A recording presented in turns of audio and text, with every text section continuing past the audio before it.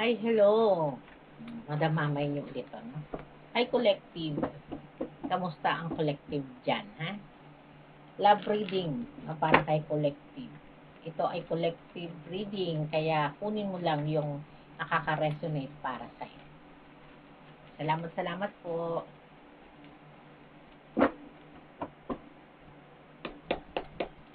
Salamat nga pala no, sa lahat ng sumusuporta no, at walang sawang sumusuporta kahit medyo ano ayoko nang sabihin, bahala. Salamat po. Ito na ha, para kay collective. Wow, no, two of wands. Si two of wands. So parang dito po ha, sa energy na to, no. Yan, no. Sa two of wands, may mga desisyon kang gagawin, no? Possible ngayong week na to, makagawa ka, no, ng mga plano na para sa ikabubuti mo, no? O lalo na sa connection, no, ng energy ng love reading o ng iyong emosyon, no? At ng iyong person, ha? Medyo mag-ingat-ingat, ha? Baka makagawa ka, no? O biglaang makipag-break, ha? Iwasan, no? Medyo pag-isipan muna ha. Pag-isipan muna yung mga gagawing desisyon ha. Huwag mo nang pabasta-basta kasi dito po no sa Six of Swords no may mga sitwasyon dito na parang tinatago kang galit o pagkainis o emosyon na may mga parang pakiramdam mo na may itinatago siya sa iyo no na parang dito po no sa Six of Swords no ay ito yung emosyon na parang minsan nagpapakita siya sa'yo, minsan hindi po siya nagpapakita sa'yo, minsan nagre-reply siya sa'yo, no? At mas madalas hindi po. No? Kaya medyo dito po napupuno ka, no? Parang kinokontrolin mo muna yung emosyon mo at huwag magpapadalos-dalos, ha? Kasi dito po, no, the Empress, ang emosyon na to no ay nagdudulot sa iyo no ng parang napoprovoke ka no na parang gusto mo no iparamdam sa kanya na hindi ka natutuwa doon sa mga pagbabaliwala niya sa iyo no syempre labis-labis po no yung pag-asa mo na gagawa siya ng dahilan o ng paraan para magkausap kayo pero binigo ka niya no parang binigo ka niya at dahil doon no nai-imbalance ang emosyon mo at siyempre tumatakbo na sa isip mo yung mga bagay o pangyayari na pwede no na meron siyang ibang mga karelasyon o ibang mga kausap. No, sabi nga ng Two of Swords no, pinoproteksyonan mo lang o binibigyan mo lang po no ng importansya ang sarili mo. No, kaya para ngayon ha, ayaw mo nang masasaktan ka kasi ito na yung pangalawang pag-ibig na dumating sa buhay mo na ayaw mo na pong maranasan no na ikaw lang yung nagmamahal. No? Parang mas pipiliin mo po yung sarili mo. Kaya po, talagang mas nagiging maingat ka ngayon. No? Pagka dumadating sa panahon na parang feeling mo ikaw na lang ang nagmamahal at umuunawa. No?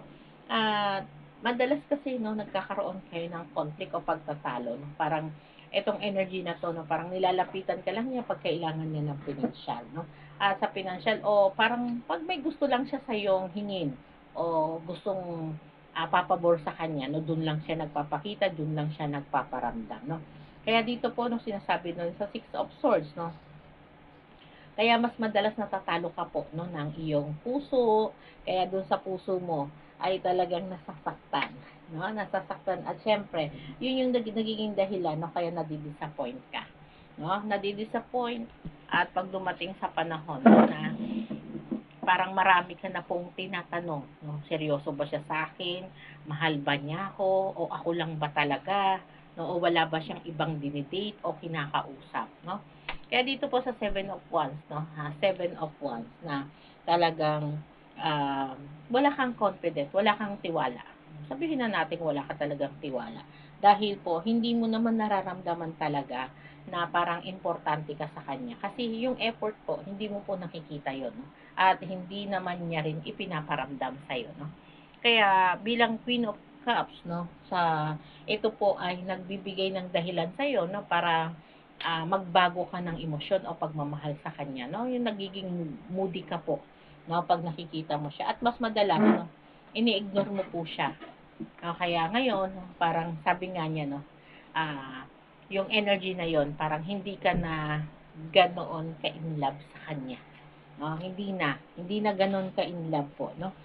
At ikaw collective, no, sabi nga po dito, no, ginagamit mo lang ngayon yung pagiging strong individual mo, no, para hindi ka masaktan, hindi ka maabuso, no, at mas pinoproteksyonan mo yung emosyon, no, at respeto mo syempre sa sarili, no, kasi nga ikaw po ay si king, no, sabi nga dito po, no, na kung ito po, no, ay binabaliwala ka, parang ginagawa mo na rin po sa kanya yun, no? Kaya, itong pagmamahal mo na to, no, parang binigyan mo po ng higit na tiwala ang sarili mo, no?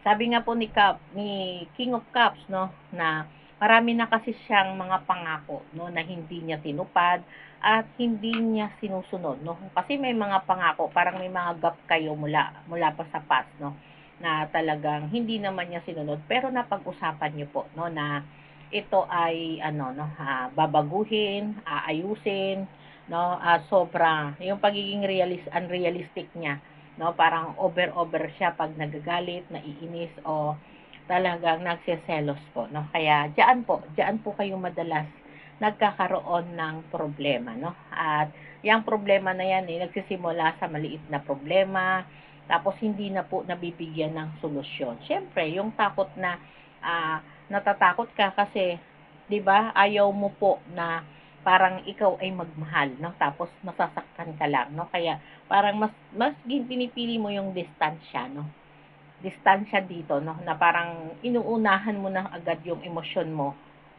o pagmamahal mo na hindi ka masasaktan ng iba.